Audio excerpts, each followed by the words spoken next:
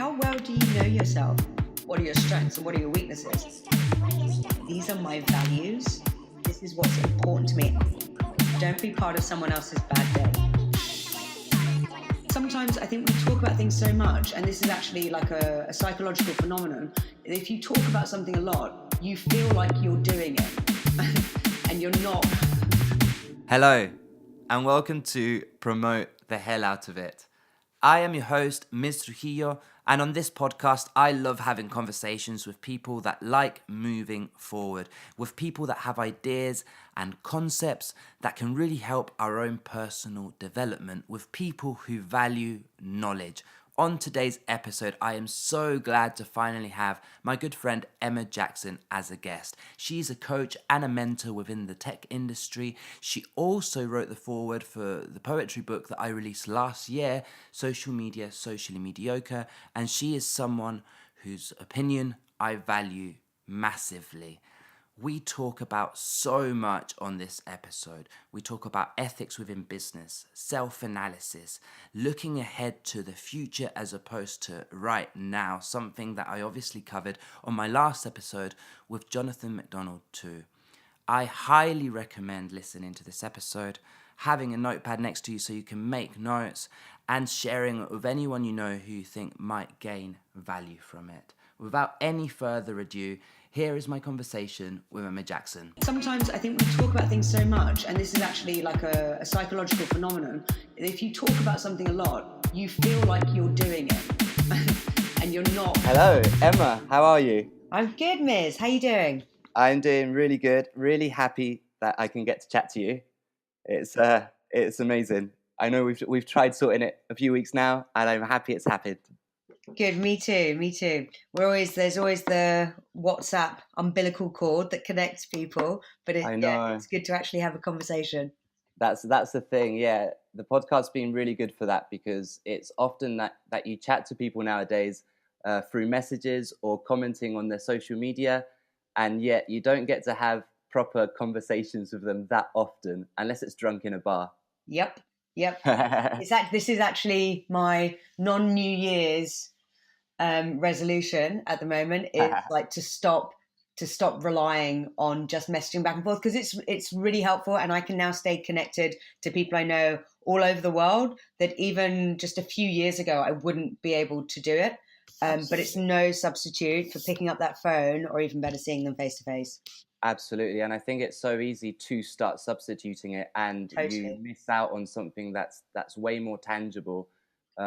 And it's not as if we've already diluted that by means of a phone call. That's more tangible than social media, but it's still not as tangible as face to face, is it? Well, you just get so much more information, through people's body language, what they look like, how they're talking, like 1,000,000% more. My amazing math skills there coming out, than you do even from a phone call. Yeah, absolutely. So I've got so much I want to chat to you about. Awesome. But based on the notes that you sent over before the podcast, I wanted to start right at the end, which is you mentioned something that I found great, and I think that ties up everything, the reason I like doing this podcast and the kind of people I want to listen to it, and it is what you want from the future. I thought what you mentioned with that was great. And so I uncovered your hidden agenda right from the start. Wow, well, there you go. See, there you go. And I think it's interesting because I think that everyone's got their own little ideas of what they want to do. But often, regardless of how different those things are, what we want out of life is often quite similar. So it's a nice place to start. So what do you want out of life, Emma? Well, so when I sent you some notes over, I think I said I wanted what I want from the future is a spaceship, some land, and more pets. Right? Excellent. I think that's what I said, and I was kind of laughing, like chuckling to myself as I wrote it, because number one, the last thing I want is a spaceship. I think we live on this incredible planet which we know so little about. There's so much exploration to be done here, that it's super fascinating. But as far as I'm concerned, from a practical sense, like space can go do one. I love looking up at the stars, but I think I think, you just think about all the money that's going into space exploration. Yeah. What we could do with that money on Earth. I mean, that's its own podcast topic, so I'm not going to go too far down that. Yeah, I was going to say the Hunter S. Thompson in me really just wants to talk about spaceships now. But yeah, let's avoid that because it could go on forever. Right, exactly. But I think it was more metaphorical. I think my hope for the future when I said spaceships was around technology. So I've been my background is in advertising and tech, which led me a meandering route to what I do now, which is coaching. But my hope for the future around technology is that it truly delivers on what I believe technology's purpose is, which is to democratize opportunity, to democratize education, to democratize people's place in the world, so that it doesn't what your future comprises of, what you are, what you can do, what you can fulfill, doesn't just rely on where you're born and what you're born into. I mean, that's a crazy lottery that shouldn't exist. And technology is starting to chip away at that, but we've reached a tipping point where I think technology will either create a new elite class that is hopelessly out of reach, so there will be less mobility for people, or it will go down the route that I just described and that I hope for, that it does more good for more people. Absolutely, absolutely. And that's why I wanted to start from this side, because I think that it's very easy to look around at what's being done with technology and feel pretty shit about working in that industry. Right. And yet, if we look at it from the angle of what we want out of our future, it's often quite modest needs that technology could help accomplish for everyone if people weren't concentrating on the wrong things. Well, the thing is with technology is that it's fundamentally, it comes from people. Well, I'm making a generalization here, but I'm going to go with it. It comes from people who are really good at solving problems and building stuff and coming up with ways to do things that are just out of the reach and realm of how most people think. And that means you can kind of get caught up in building something without actually thinking about what the long tail of that means. What are the long-term repercussions? And I think it's a model called two-tier thinking or something. And I'll give you like a really easy example of it, that's not based in technology. So the decision to give herd animals antibiotics so we could breed them easier, so we could have more of them in a smaller amount of space, so we can produce more meat. Was a decision that was made a long time ago. But if you look at the repercussions, everybody knows, and we've known for a very long time, that if you have constant exposure to different antibiotics, they lose their efficacy, right? So they stop working as well. So what are the repercussions of putting that in our food chain? Yeah, of course. Right. Of course. So that was a really easy conversation that maybe could have changed the face of whether we give animals we're producing for food the amount of antibiotics that we give them. So the 100%. short-term gain was huge, but the long-term repercussion could be horrifying. Drastic. And it's something that we see replicated over and over again. Right. It just happened recently with talcum powder. It's like been poisoning people for age. Like, you read so much stuff that's like, why did you make that decision when ethically it's so obvious what the right choice was if it wasn't for short-term gain? Yeah, and this is why I believe you spoke to a good friend of mine, Jonathan, in your last podcast, talking about future thinking. We get so caught up in, and companies and founders, like, we get caught up in making money and being the best that we can be for these certain reasons that aren't necessarily long term in our best interest or in anybody's best interest. Absolutely. And this is why I wanted to start with this side, because it lines us up nicely for what we're going to talk about next. I think some of my listeners will read the fact that, for example, Jonathan, who I talked to, some of the companies he's worked with, and the instant thought is, I don't want to listen to this because those are unethical companies. And they're not thinking, the ethics behind what yourself and Jonathan are doing isn't at the forefront of the message enough, so they kind of back off listening to it. And this is why people like yourselves are so important, because you're reminding the people that are spending money, these big companies, to look at things from a different light and to do things based on the future, not on what they can gain right now. So it's Absolutely. such an important conversation. And this is actually what got me to where I am. There's two things that drove me to end up like pivoting my career now kind of 18 months, 2 years ago.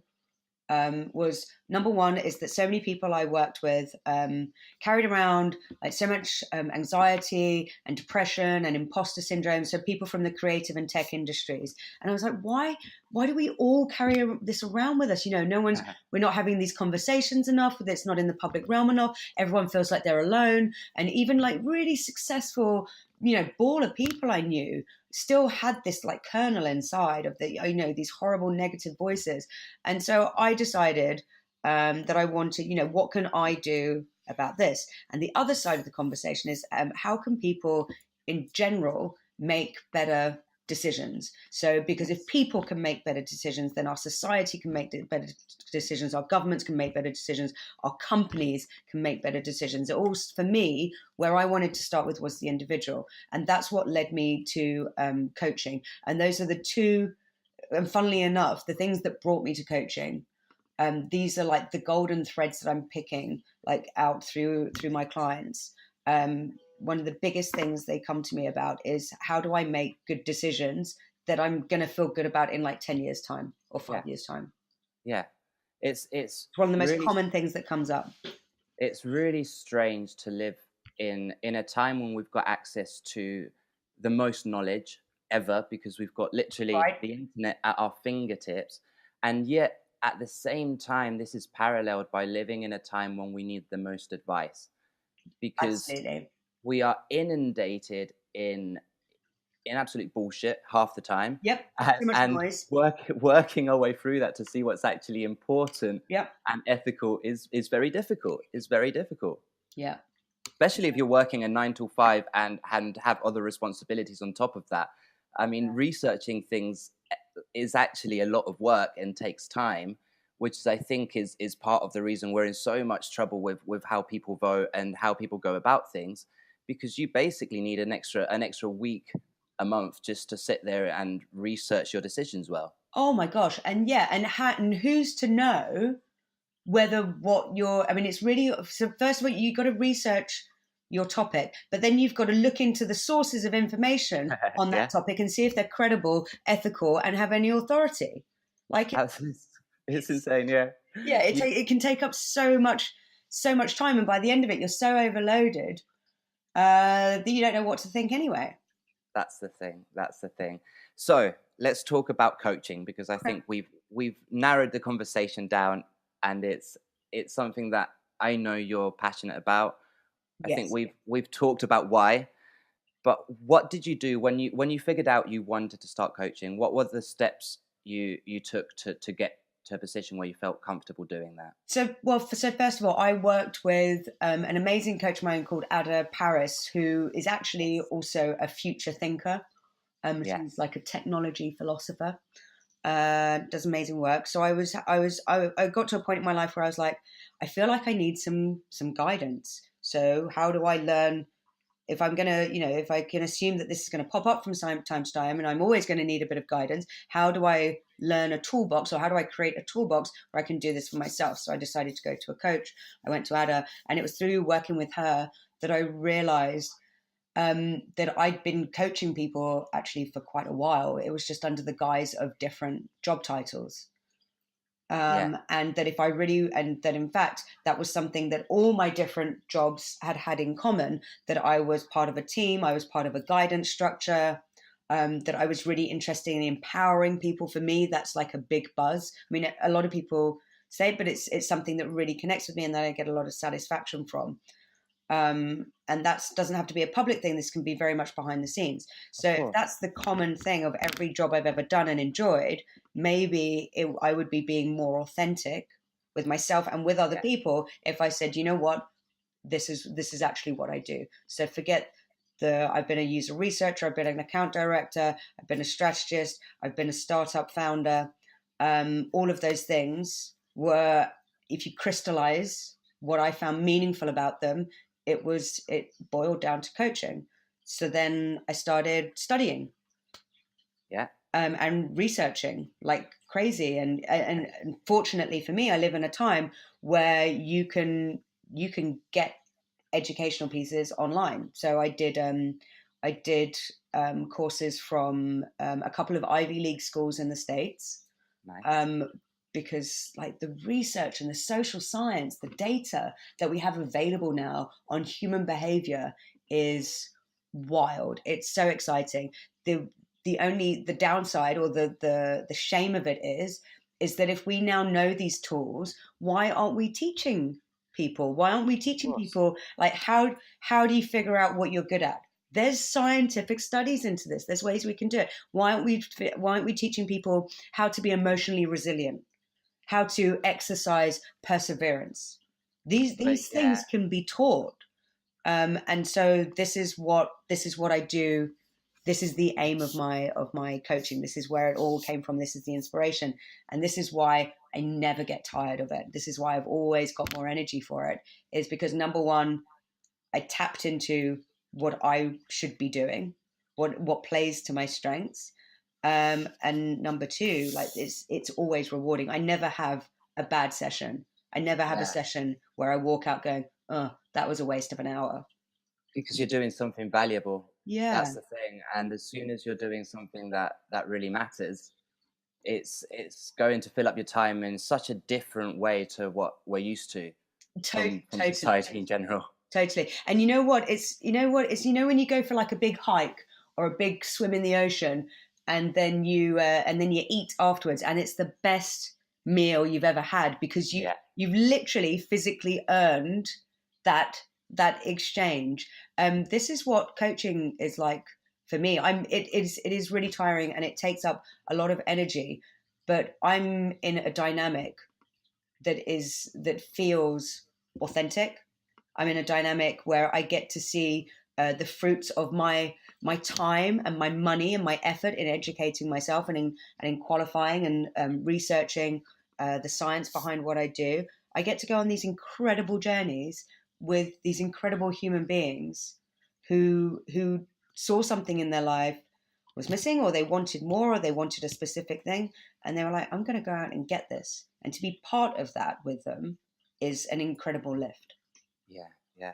I think that you uncovered a fundamental truth to our society and the way we live, and it's something that most of society believe a lie, and they believe that the system that we live under is meant to help us. That what we learn at school, that knowledge is given to us because it's what we need to succeed.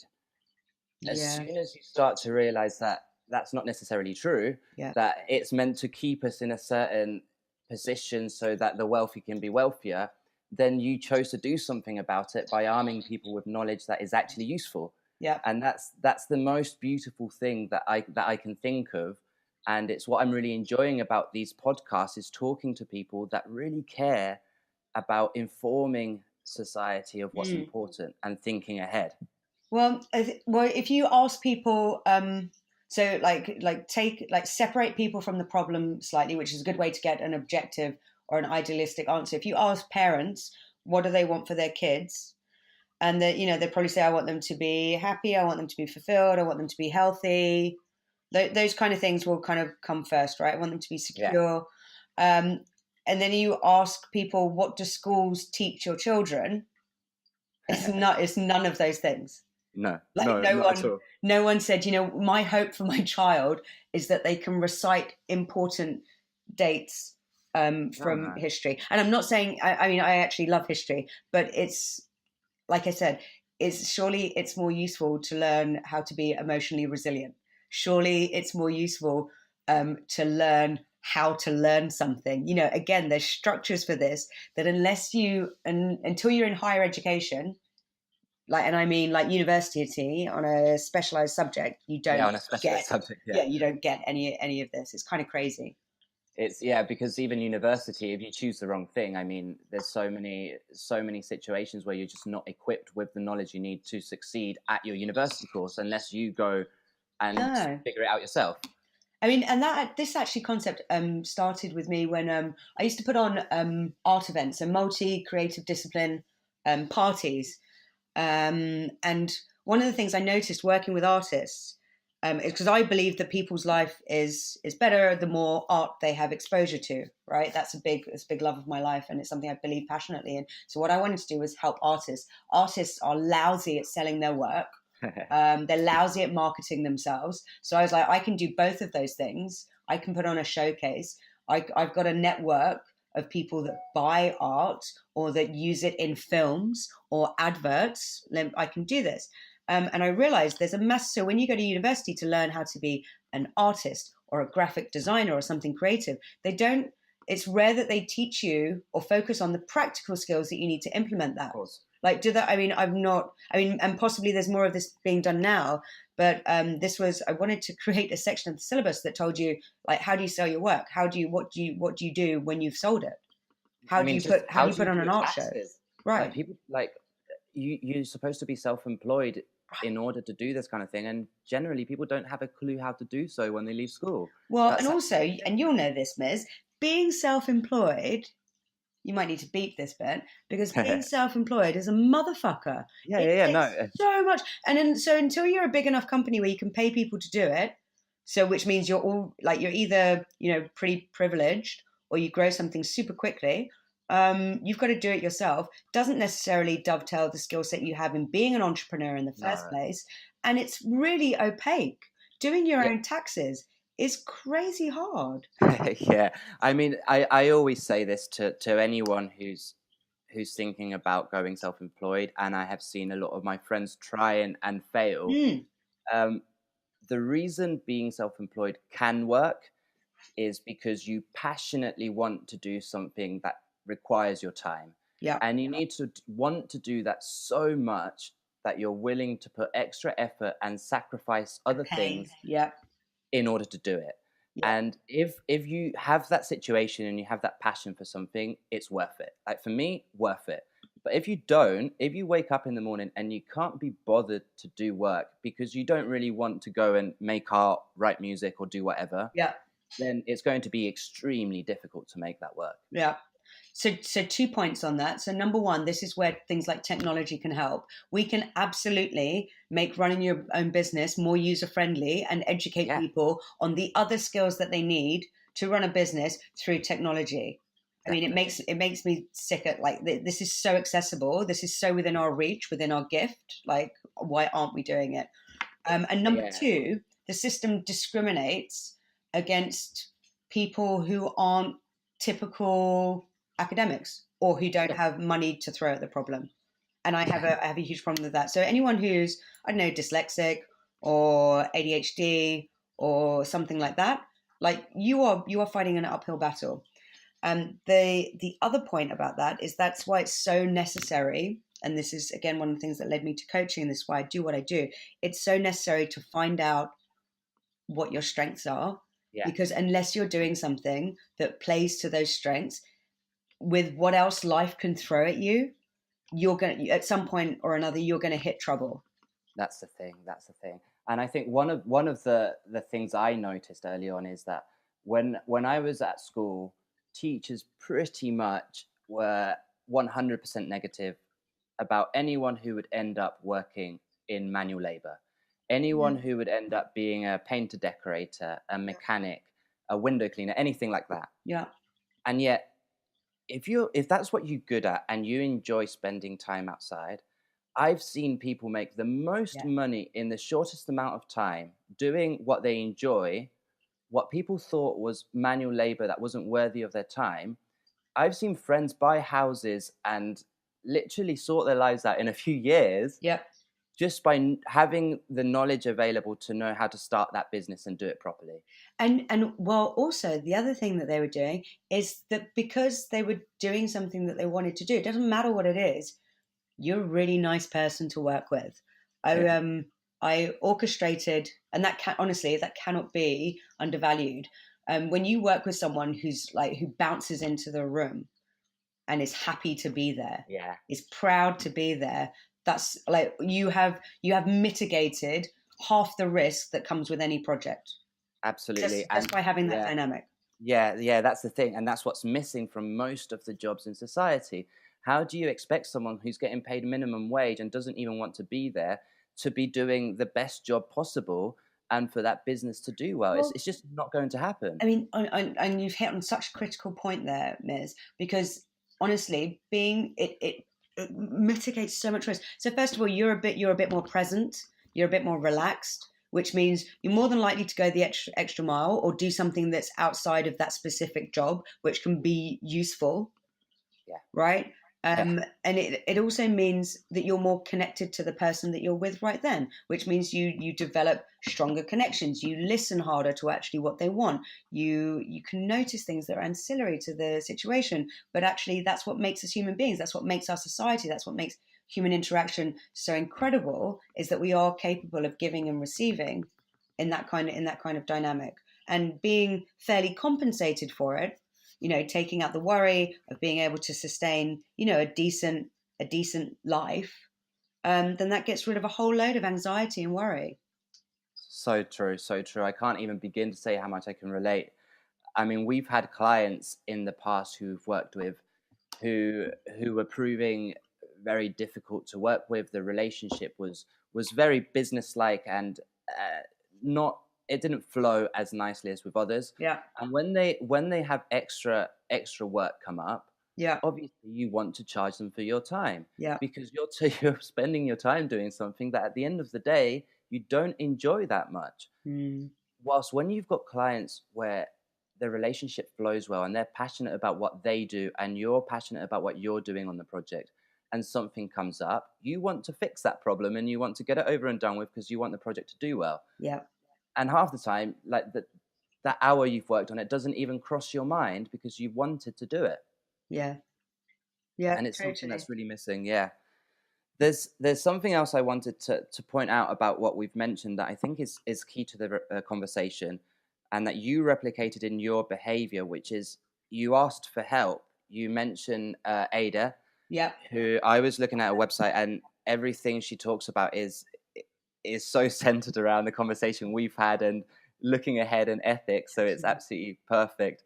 Um, I'd like to ask you, why do you think it's so important to ask for help when we need to learn something, but also to ask the right person for well, help? that can be tricky, and the thing is, if you wait until you've got the perfect person to ask, you might not ever ask. Okay, yeah, So, that's and perfectly true. coming from a tech background, like, iterate, try, like, do a bit of research, try something, and if it doesn't work, like, keep going, keep trying, right?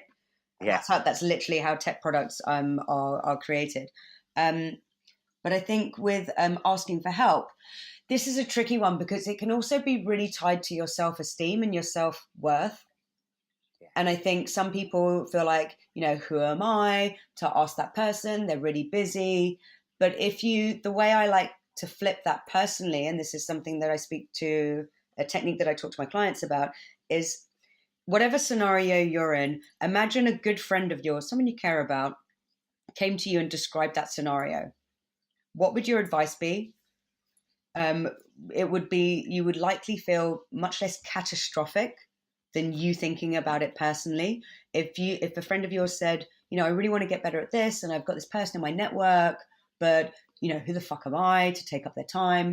You'd probably say, look, dude, I mind it when people ask me for advice, or people ask me for 15 minutes of my time to have a coffee or something.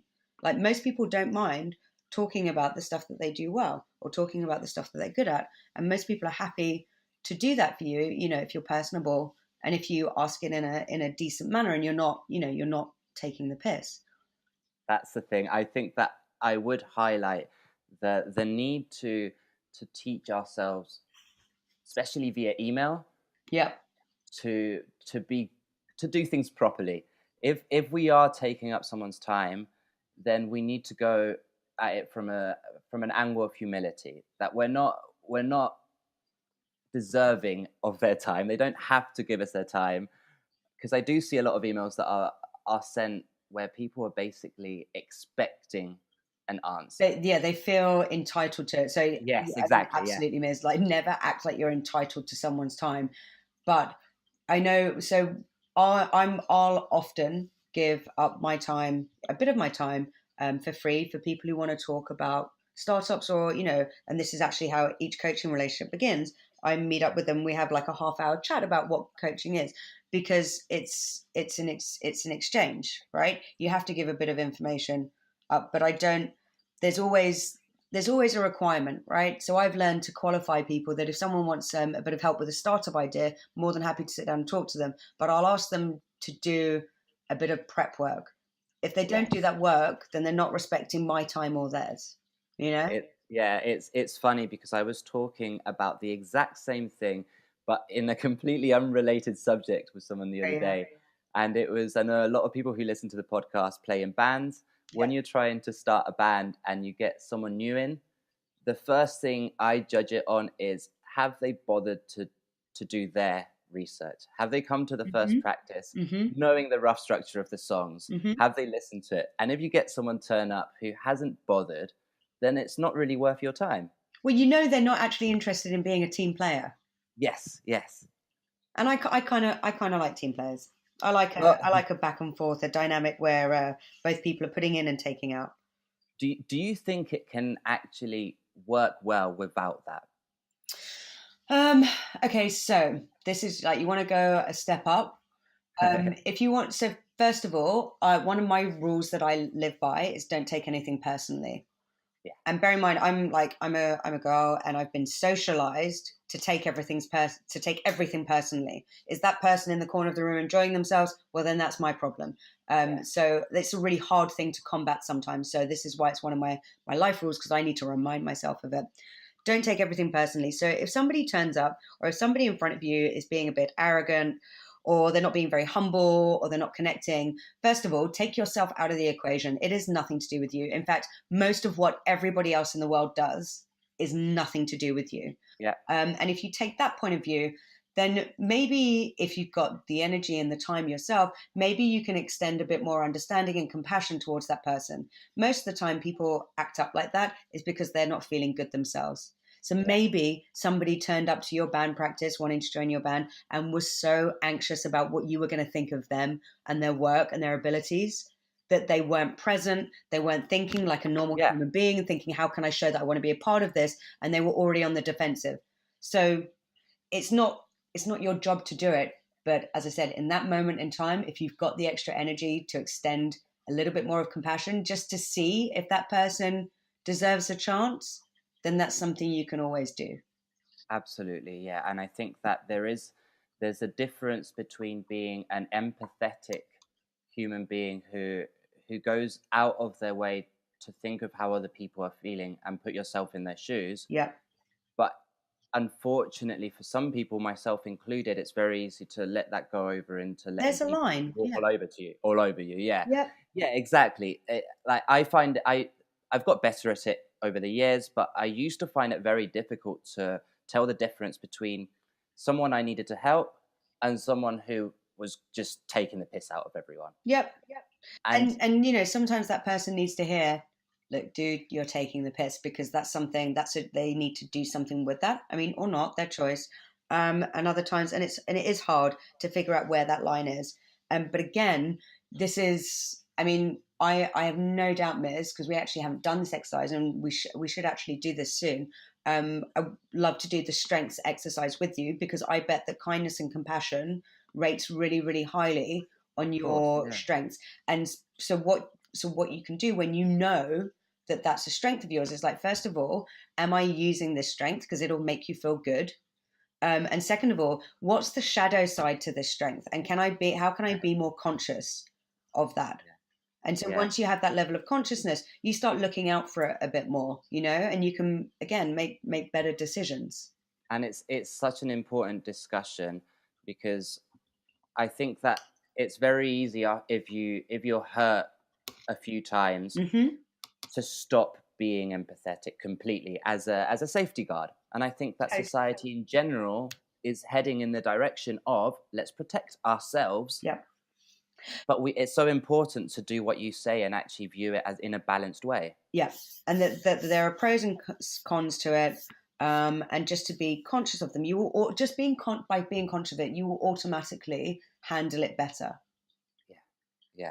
Absolutely. And the last thing our society needs, is less compassion. If anything, we need more of it. But it needs to be used in a more kind of, I don't know, maybe a more focused way. Yeah. So what would your advice be to someone who has already got their guard up? Where would you like? What would you recommend starting with in order to start taking that barrier down and showing empathy again? Yeah. Okay. So, what I've kind of learned through the studying that I've been doing and with having coaching clients is you have to start with yourself. And I know this has been a bit become a bit trite because it's been repeated a lot. But you know the whole thing of when you're on an airplane, you put your own oxygen mask on before you can put someone else's on. Yes. Yeah. Like that's like, it's a cliche because it's totally true. You have to start with yourself. If you are not healthy, if you are not balanced, you don't have a hope of having a healthy and balanced dynamic with someone else, right? Yeah. And we're all on a journey, we're all on a path, and these things roll out as they roll out, and nobody's perfect. And you can't strive for perfection. You've got to strive for progress. Do you know what I mean?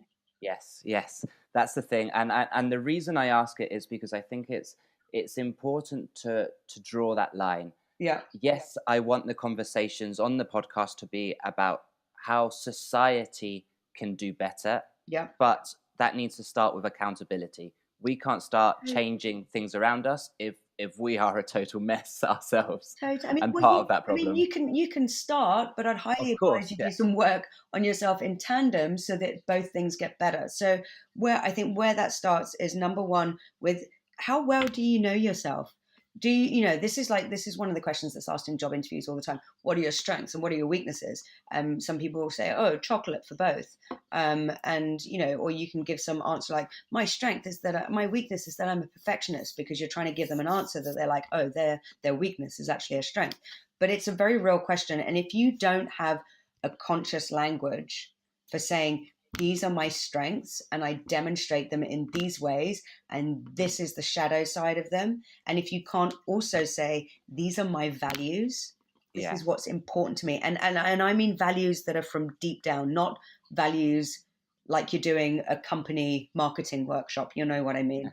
Yeah. If you can't answer those two questions, or at least start to have an authentic conversation about them, maybe that's a good place to start. Absolutely.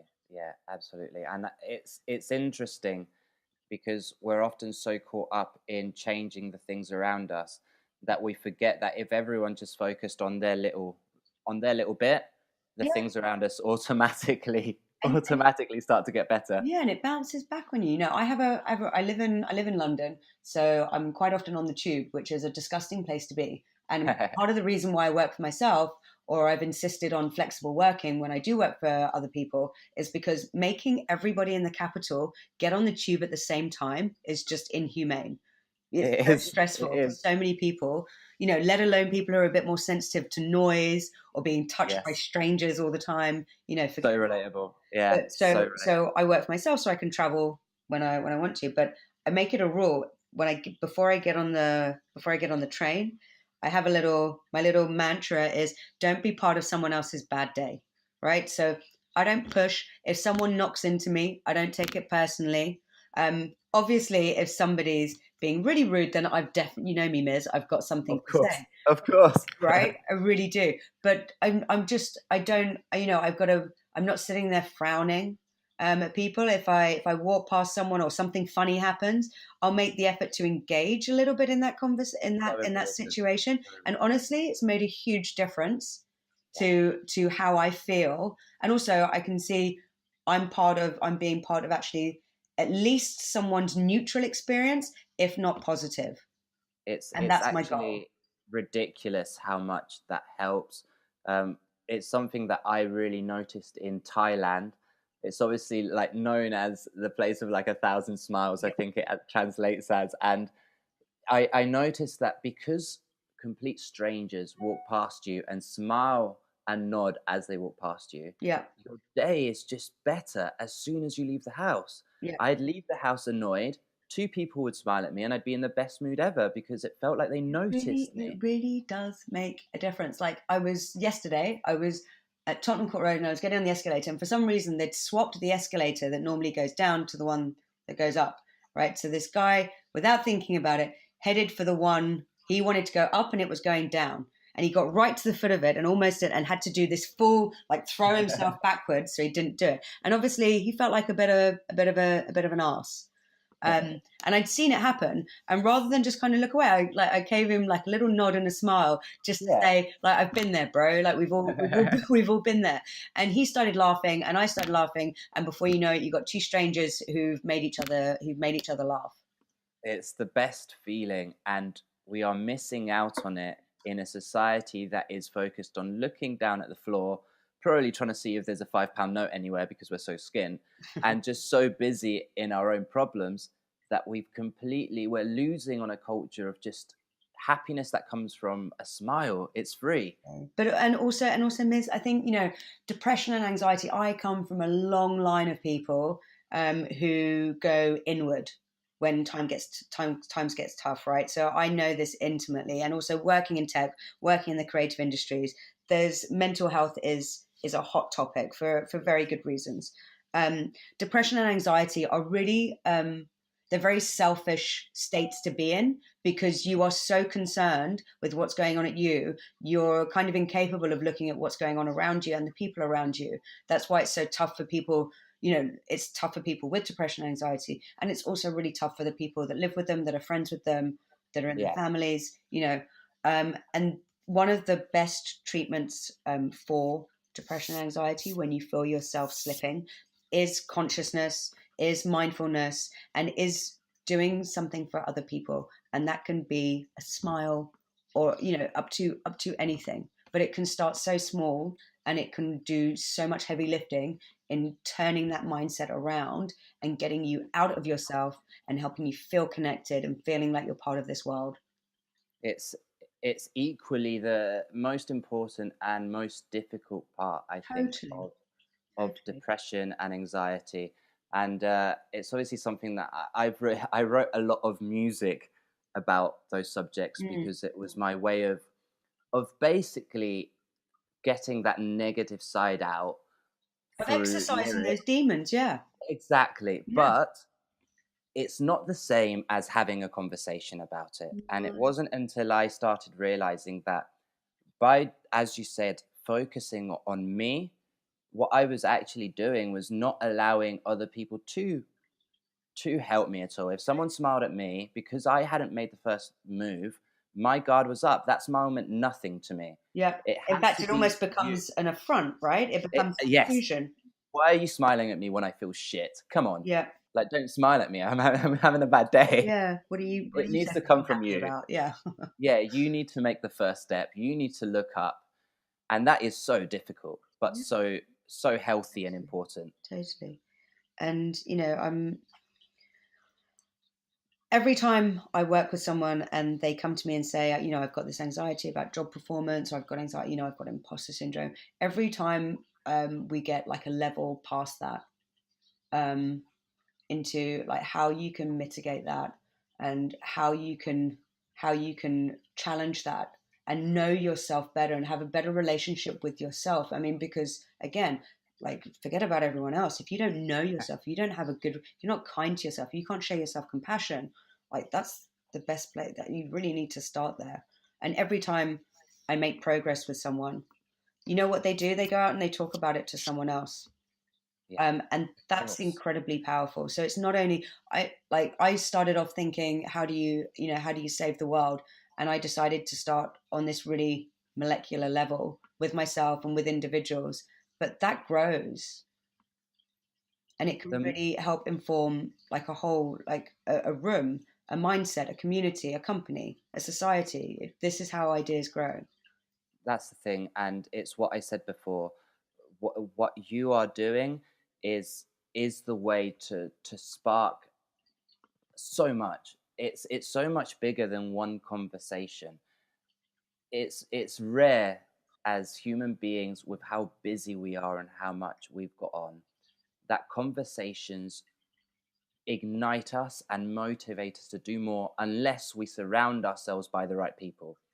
And right. through house sitting, Yeah, absolutely. And that's why I'm doing the podcast, because obviously we work from home, we're moving around the country. It's very easy to go weeks without having important discussions face to face, or at Yeah, least on the telephone yeah, with people. yeah. Because we're all And we so did a busy. We've all got so much to yeah, do. we did a house sit recently where the the couple who we house sat for took us out for dinner, and at the end of the night, the gentleman was having a beer with me in the kitchen. He was like, "Look, every couple we hang out with around here are just worried about their houses and worried about, and Mm. they get annoyed at me because I go on these like ethical and political rants." He was like, "I haven't had a decent conversation with anyone in years." Wow. And that's how most people feel. It's got to be, again, take accountability. You need to spark these conversations. They need to be had. Well, and also if you consider, and again, there's a lot of research to back this up. You are the sum of the 5 or 6 people that you hang out with most frequently. Okay, so really think about that, and think about, are you like, this is what I'm talking about when it comes down to making decisions and being conscious about your decisions. Are you hanging out with the people that inspire you? Are you hanging out with people that when you come together you're greater than the sum of your parts? Do you feel Yeah, energized by these people? Because you should do. yeah, yeah. And I would say that I think there's a difference between feeling energized for the better Yeah, and feeling energized in the way that we've been institutionalized to do it on a I weekend with think a that's buzzing. just being triggered, isn't it? Yeah, yeah, And yeah. I think also people think, when we talk about entertainment, I think actually what most people that's come to mean is just being distracted. So like when you're Yeah, playing a video game or when you're watching a reality TV show, all you're doing is trying to turn off. And the thing is, we're human beings. We can't turn off. And this is another big thing that I realized. Doing something different is usually what you need. So if you spend your week doing a couple of the same things, then do the opposite of that. So if you sit at a desk, get outside. yeah, If you're yeah. working on So true. research, then go out and dance, you know? Yeah. And I've started doing this thing at weekends with a good friend of mine, um, who where we go on hikes. Like we'll go do like a 10-mile hike. And we've been doing this since January. So if you think about all the reasons why you wouldn't do this, it being winter would be a good reason not to do it. But we've been pretty lucky with the weather. I think But we have, yeah. yeah, but just doing that 10-mile hike, walking through this amazing countryside that you've got easy access to if you live in London. It's really not hard to get out to somewhere. It takes like half an hour from Paddington or something. Has just made such a difference because both of us spend a lot of time with our laptops. Both of us spend a lot of time with other people, and this has just been the perfect antidote for it. And That's I true. before this I was kind of tempted to think, oh, what I need is 6 hours on the couch watching Netflix. But then I was thinking about it. Is that actually making me happy? I'm saying that's what I want, but how do I actually feel after I've done it? And I'm Well, not saying you that's the never thing. need that because sometimes you do. But this is why I decided to study happiness, because I noticed like actually what people said they wanted, what people said they would make them happy, wasn't actually what was making them happy. Yeah, So yeah. if our thinking isn't clear on that point, or you don't know what to look for, you're kind of fucked before you've even started. That's the thing. That's the thing. And I think it's very difficult because with capitalism came an abundance of choice, and often even the things that can make us happy, we can within that make the wrong choices. Yeah. And you can say that with Netflix, for example, if that is truly what makes you happy, but you're watching reality TV and that's how you're spending your time, then Yeah. you could be sat there watching something way better than reality TV, taking notes, writing articles about it. And in the same time, as you said, it's all about balance. Mm. Like you learn that from that balance of learning different things. Like the amount of people that tell me they're not outdoorsy, and then you're like, oh, but have you done this? No. Have you done this? No. You're like, how do you know you don't enjoy any of those things if you don't at least try and put yourself in that situation? Yeah. But well, the thing is, it's hard to try things that you don't really know are a thing. And obviously, Well, once you that's get to true too. once you're an adult, everything's a thing. But unless you've hung out with someone who's been like, you know what, rather than sit on the couch, let's go and sit in a field. or walk down by the canal, then you might not actually really realize that this is something that can make you happy. So it is important, I think. And again, this is this is one of the fundamentals of coaching, and kind of what I ask people to sign up for is in taking up something like this, you're really making a commitment to yourself. And part of that commitment needs to be, I will do something differently. Not everything, maybe a lot of things, but I at least commit to doing something differently. Because if you want a life that is different to the one that you currently have, the logic is that you have to do things differently. Yeah, it's so true. And it's the good that can come out of that is so much more than just that one thing that you're doing differently. And I'm sure you've probably talked to Jane about it, but if not, she can talk a lot about it. Before going traveling, she thought that traveling was going to be ridiculously difficult for her. And obviously at the time, that just stems to the travel bit. She's only thinking about traveling is going to be difficult. Once she overcame that, it's not just traveling that she overcame. It's different types of food that she never thought she'd try, language barriers that she thought were a problem. Like so many things that she achieved and that I achieved through overcoming one thing that you thought you couldn't do and that you've pushed yourself. Yeah, totally. And the thing is, even if you try something new and you don't like it, cool. That's fine. That's fine. Right? You can articulate, I definitely don't want to wrestle a bear ever again. Exactly. And there's plenty of things we did whilst out traveling that I would never do again. Like this food I ate that I will never try. What was the food? What was the worst food you tried? Oh man. So it's difficult because there was worse things, but the thing that sticks in my head the most, and I will apologize to any of my vegan friends that listen to this, but chicken feet. I thought I'd try chicken feet at the... it's a very popular snack. Every table was having it. We were at Chinese dim sum, all locals. Everyone had it. And I thought, you know what? I'll try it. And I did eat all of them. Jane had one bite, but it's gelatinous, soggy. I just can't get my head around it. But all the Malaysian friends I asked absolutely love it. Doesn't it have that umami taste? Doesn't it? Isn't the... I don't think I could taste it because of the texture, to be honest. I was just so in shock. Got it. That's something, there's a practice of, if I don't know whether you've ever done this, when you work in an office, whenever somebody goes away on holiday, they bring back sweets from the place that they went to. So this is something that I used to do. If I could find something like chicken feet, I would bring that back rather. That's absolutely great. Yeah. Although I don't think you can bring chicken feet back. I think you'd probably get done by security for that one. It's amazing what a big smile helps you out with when you're walking through customs, Miz. Yeah, that is true. We did get away with carrying very big bags and not having to check them in 90% of the time, just by being nice to people. Yeah. And you see the people in front of you have like a big mood on, go up, and they'd be like, no, go wear your bag. And we'd be like, hello, how's it going? Yeah. We'd know how to say hello in their language, and they're just like, yeah, go on. I think that's basic courtesy. Every time I travel, I learn at least like enough to be nice when I first like meet someone or start asking for something. And this is something that's really important. So one of my other life rules is don't be a dick, because it covers off so much, right? That was a slogan for Lark Hill, for the band I was in, was don't be a dick. Well, this is and it's a universal trope because it's absolutely universal. So this is no doubt, like no one came up with this. It's something that many, many humans feel, right? Yeah. And I set up a meeting between a girl that I mentor, a young girl. She's 12 years old and she wants to be a professional makeup artist. So I know a couple of professional makeup artists. So I got her together with someone so she could have the chance to interview her and actually, because they don't teach this at school, and actually figure out what does it take to do this job.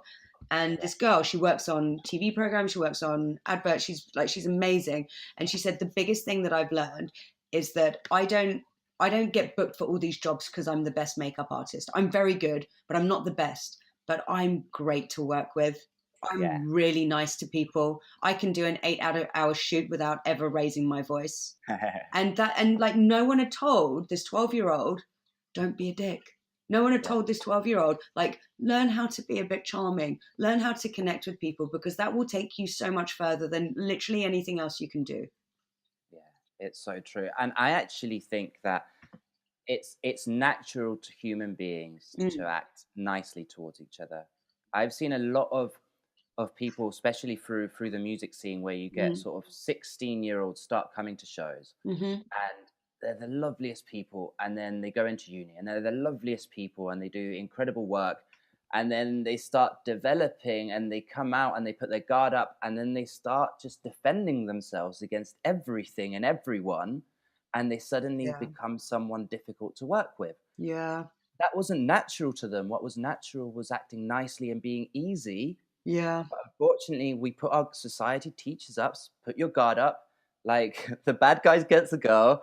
It teaches us all the wrong things. Yeah, totally. And it's unpicking that is a lot of work. But again, it really starts with you start to get to know yourself. And you think you know yourself because you are yourself. But I mean, if you can't write down how you're feeling and why you're feeling it, then maybe you've got some work to do. Like, you should have you should be able to consciously articulate things like that. And the reason, anxiety often fades away in the face of logic and rationality. But when you're only in your head, it's much harder to be rational and logical. So true. And that's why, conversations about mental health are crazy, crazy important. Important. Like, over the last few years, this is a growing trend. We're still not doing enough, but we are making progress. Yeah, because people are starting to talk. The conversation is like so important to spark this and actually have something positive. Well, and also like notice the people around you. And there's a really good friend of mine, he put this so well, James Watley, who's amazing in social and tech. And he said, you know what, like, ask someone how they're doing and then ask them again. And think about this, when you've been feeling really shitty, even when someone asks you, like, how you doing, you think that, it's just a trite thing to say. They don't mean it. Yeah. How many times could you have benefited from somebody saying, no, like I really mean it. How are you getting on? It's one of the themes I love in it. Obviously, you did the foreword for the book, and one of the topics in that was don't say hope you're good. Don't message people saying hope you're good and then go on to talking about you. It starts, doesn't it? Yeah, you've basically gone, if you've got something bad going on, I don't want to hear about it. Yeah. I hope you're good. Don't talk to me about anything bad you've got going on. Let's talk about what I want to talk about. How are you is something that's being lost.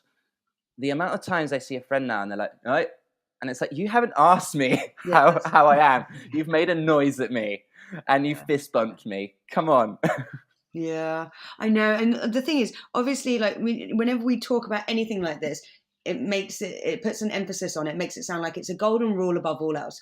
Obviously, like, there's several rules that you need to live by in tandem. You can't go around only taking notice of other people. Exactly. So I hope that anyone listening to this doesn't think that we're kind of promoting just being like a servant to everybody else, because people also have to learn how to ask for help, and they also have to learn that what is an appropriate space where I'm going to get something that I need.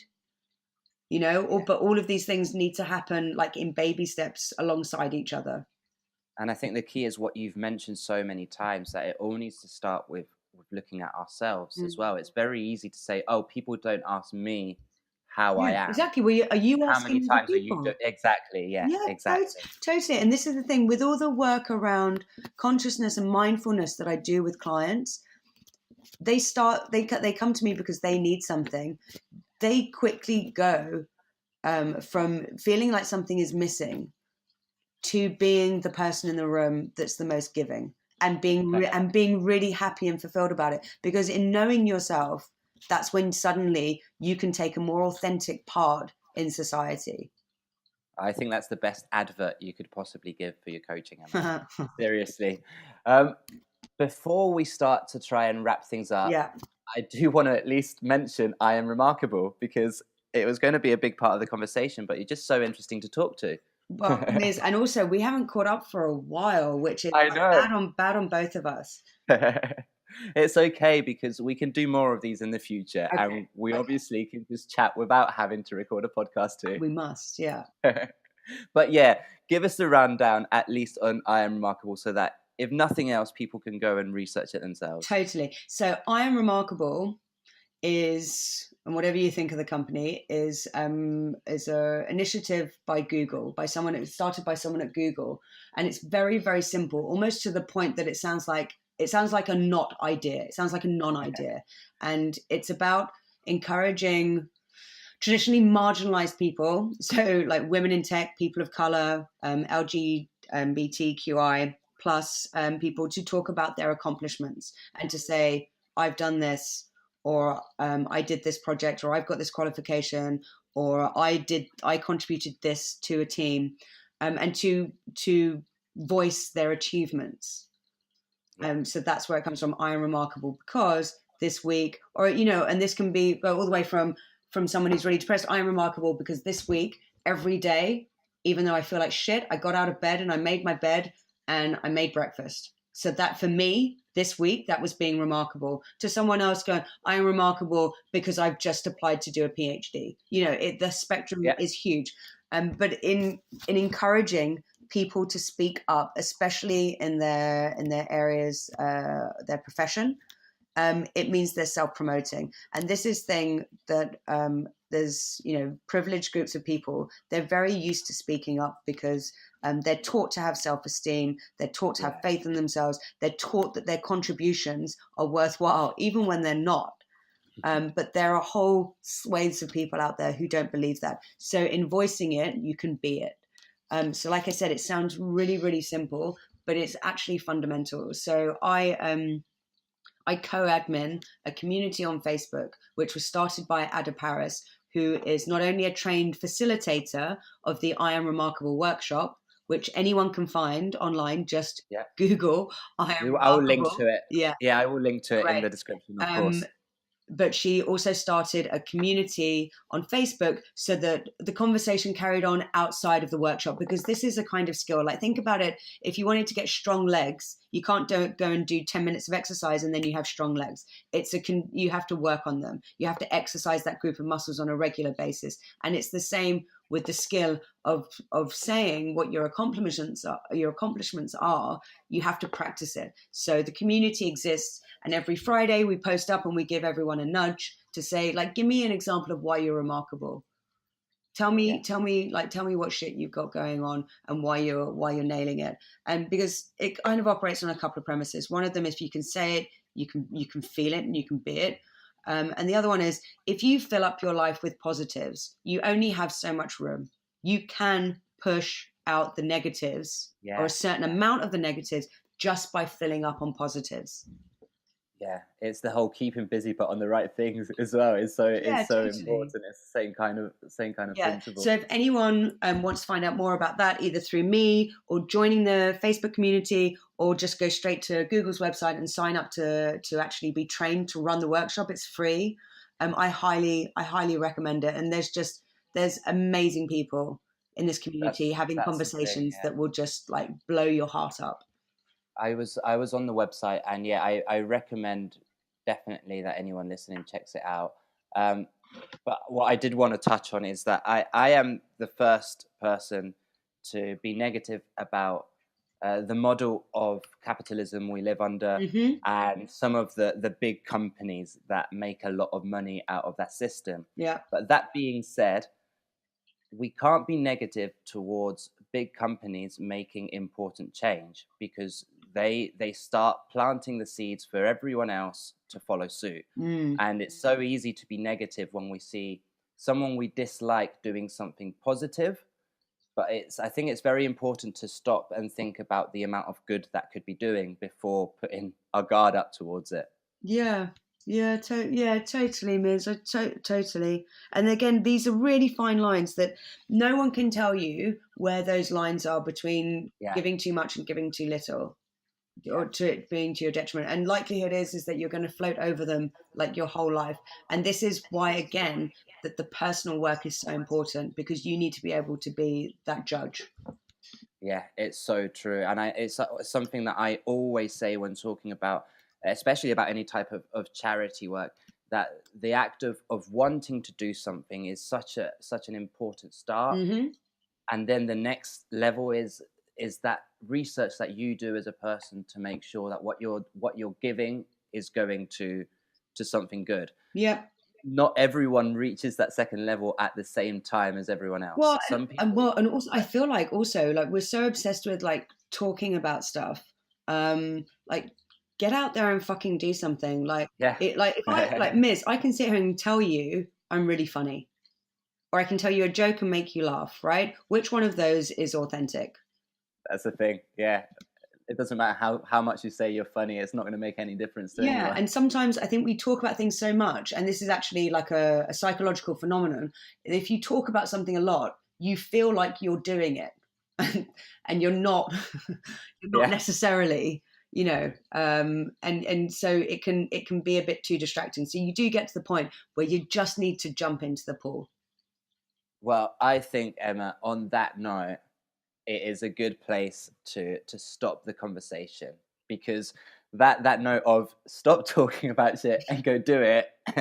I think I need to have a good think and have a look at what I'm doing now. Well, I'm going to go out for a walk and get some outside time. That's what I'm going to do. Perfect. But yeah, I know we've got loose plans to meet up soon and carry this conversation on. Let's make sure we stick to it. Absolutely. Thank you so much, Emma, You're for being on the podcast. Lovely talking to you. Bye-bye. Cheers. Bye. Sometimes I think we talk about things so much, and this is actually like a psychological phenomenon. If you talk about something a lot, you feel like you're doing it, and you're not. Thank you so much for listening to that episode of Promote the Hell Out of It. If you enjoyed that, please, please, please follow Emma on social media. Follow what she is doing with I Am Remarkable. All the links are underneath. And please give us a follow. Be it on YouTube, on Spotify, on anything. Share the message. We need as many people to listen to this podcast as possible. It makes the time that goes into it worthwhile. And if you did enjoy that episode, I would recommend listening to last week's episode with Jonathan McDonald. And another episode I think you might enjoy is the one I did with my friend Shen, who runs businesses over in Malaysia. He is someone who has really shown himself to have a keen eye and be able to find gaps in the market and make successful businesses where you might think they wouldn't work. Thank you again for listening to this episode, and catch you soon. How well do you know yourself? What are your strengths and what are your weaknesses? These are my values.